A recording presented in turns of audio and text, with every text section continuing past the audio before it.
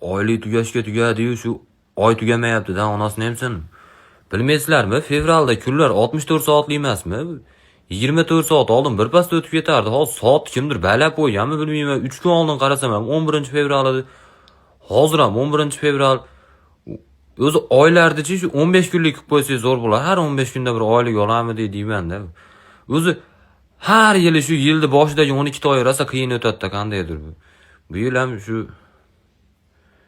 shu haligi Mark Zuckerberg, Elon Musk'larda ham shunaqa hayol bo'larmikin, shu oyda eplab tugatib olsam, pulni yetkazib olsam, kreditlar ham turib, xalta urib qo'yganda zo'r bo'lardi, toma deb sezon-pezonni kutarmikin bular ham.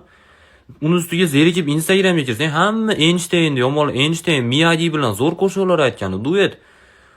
Einstein haligi Newton bilan duet holatda dunyoda hamma ucha oladigan fizika faniga katta hissasini qo'shgan odam. Nima hamma yomonlayapti?